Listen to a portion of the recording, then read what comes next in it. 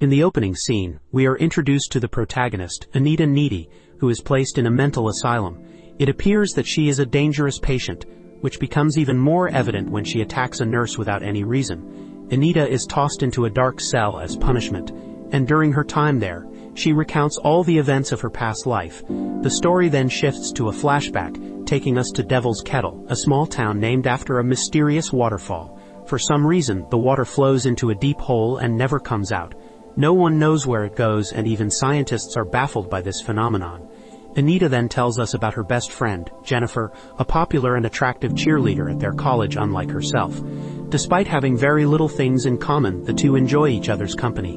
Anita also has a boyfriend named Chip, but she holds a stronger affection for her best friend than for her romantic partner. On a particular evening, Jennifer invites Anita to a local dive bar where an indie rock band named Low Shoulder is going to perform. Upon their arrival, Jennifer gets drawn to the lead performer, Nicholas, so she approaches him. The two then chat for a while, and Jennifer is sent to get some drinks. While she is away, Nicholas approaches his bandmates and discusses Jennifer's virginity, saying she will be perfect for their project. Anita, who overhears their conversation, feels weird and later shares it with her best friend. However, Jennifer doesn't pay much attention to it. Soon after, the band starts their performance, and everyone begins to enjoy themselves. However, a sudden electrical short circuit causes a fire that rapidly spreads throughout the bar. Chaos ensues as people scramble to save their lives. Amidst the commotion, the two friends manage to escape through a bathroom window. Surprisingly, the band members are already outside, acting in a relaxed manner as if nothing happened. They talk for a while, and out of the blue, Nicholas asks Jennifer to join them. The whole thing creeps Anita out, but Jennifer agrees without any hesitation. She even ignores her best friend and gets into the guy's van. After they drive away, Anita returns home and immediately contacts her boyfriend, sharing all the details of the incident with him. In the middle of their conversation, Anita is startled by the sound of the doorbell, intensifying her fear. She slowly proceeds downstairs and opens the door but discovers nobody outside. With a sense of unease, she returns to her room, but then hears noises coming from the kitchen. Anita goes to investigate the source, only to find Jennifer, completely covered in blood. To make matters more creepy, she lets out an evil smirk. Jennifer then opens the fridge and starts to devour raw chicken. Just then, she screams at the top of her lungs and vomits a trail of dark fluid. It appears as if she has been possessed by some sort of devilry. The whole scenario is too much for Anita to handle, so she attempts to call for help, but Jennifer quickly pins her against the wall. She then prepares to bite Anita's neck, but something takes over her, and she suddenly runs away from there. The following morning at school, Anita appears disturbed, unable to shake off the events of the previous night. She also worries about her best friend, but much to her surprise, Jennifer appears in a completely fine state and dismisses Anita's concerns. Shortly after, their professor offers condolences for those who lost their lives in the bar incident from the previous night. Everyone is saddened by the news, but Jennifer remains indifferent, and even mocks the situation. Confused, Anita wonders what is wrong with her best friend. She knows that her behavior has something to do with the Low Shoulder band. Later, Anita seeks out Chip and tells him everything about Jennifer, including her evil appearance from the other day. On the other hand, Jennifer approaches the college football team captain, Jonas, who is grieving the loss of his best friend. Apparently, he also died in the fire incident. With words of comfort, Jennifer leads him to the forest located behind their college. Once there, she begins to seduce him, while several birds and animals mysteriously start surrounding them. Just as Jonas is about to inquire further, Jennifer transforms into her evil form and brutally disembowels him to death. His chilling screams are heard by a college professor, who rushes to the scene and finds his mutilated corpse. Later in the evening, Anita and Jennifer engage in a phone conversation. Anita remains haunted by the incident, but Jennifer urges her to move on, emphasizing that life is too short for these things. In the midst of their conversation, Jennifer deliberately burns her own tongue with a lighter, yet she remains unharmed. Just then, Anita is called by her boyfriend, who shockingly informs her about Jonas's murder, making her even worried. Meanwhile, Low Shoulder gains a lot of popularity due to the false rumors that they saved a lot of people during the fire. Hundreds and thousands of people start requesting them for a concert, and a charity appearance at the local school is finally confirmed. Following this, the movie cuts to 1 month later. The locals, including Anita, are finally able to smile again and move on from the tragic incident. However, Jennifer appears lethargic, weary, and unwell. One day after class, she and Anita are walking down the hallway when a classmate named Colin asks her out on a date. Surprisingly, Jennifer accepts the invitation and texts him her address, inviting him to her place.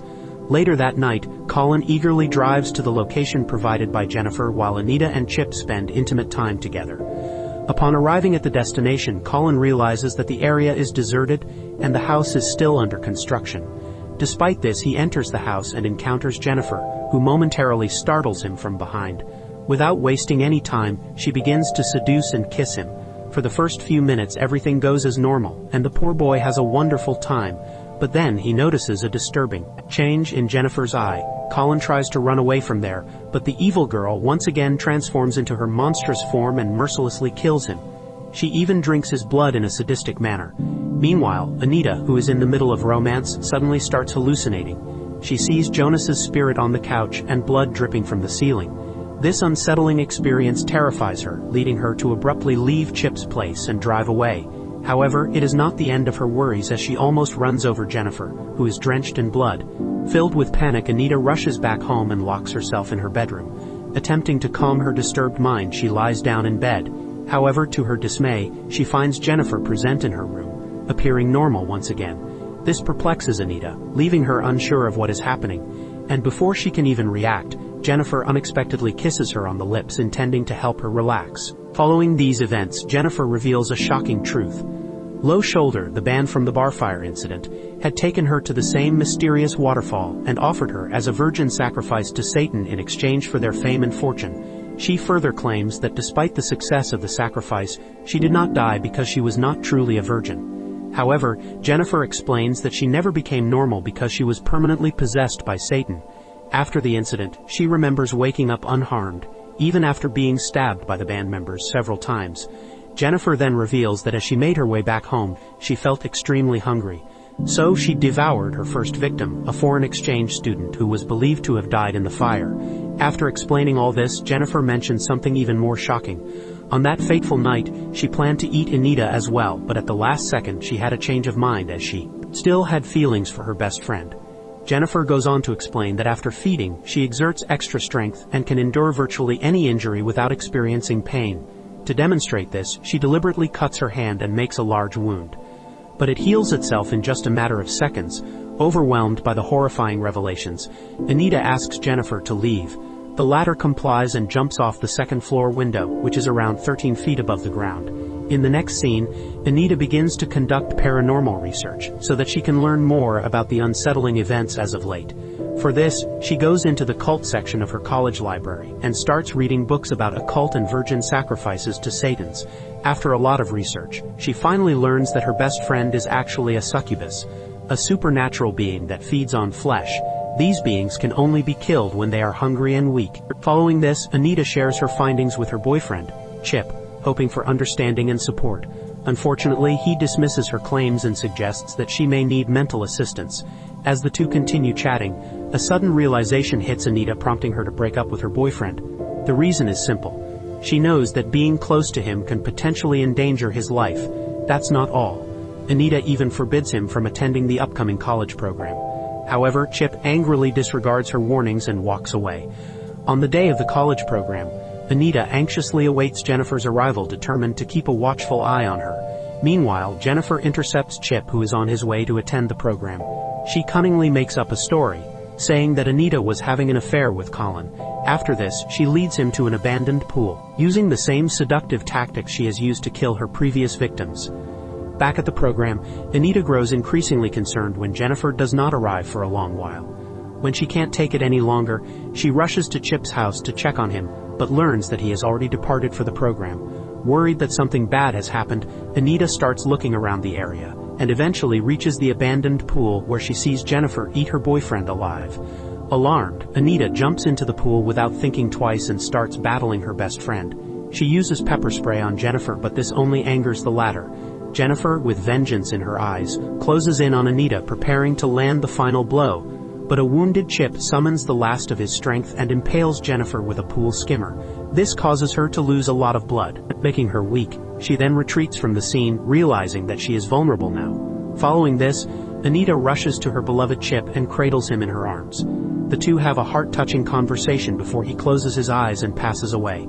Anita, who is now heartbroken and filled with rage, prepares herself to a path of vengeance. In the middle of the same night, she breaks into Jennifer's bedroom through the window and starts attacking her. A fierce fight ensues between the two, but Jennifer gains the upper hand by sinking her teeth into Anita's shoulder. Despite this, our protagonist doesn't stop, and she keeps on fighting with all she has got. At one point, she manages to rip a BFF necklace from Jennifer's neck, prompting her to momentarily stop fighting. Taking full advantage of this opportunity, Anita plunges a utility knife into Jennifer's heart, finally killing her once and for all. Moments later, when Jennifer's mom arrives at the room, she is horrified to discover Anita atop her lifeless daughter's body. This is the reason why Anita ended up in the mental asylum. It is also revealed that she has inherited some of Jennifer's supernatural powers because of the bite on her shoulder. In the final scene, Anita uses her satanic powers and escapes the mental facility. She then hitchhikes a ride, claiming she is following a band. In the credits scene, home videos and crime scene photos reveal that Anita has exacted revenge by murdering all the members of Low Shoulder in their hotel room.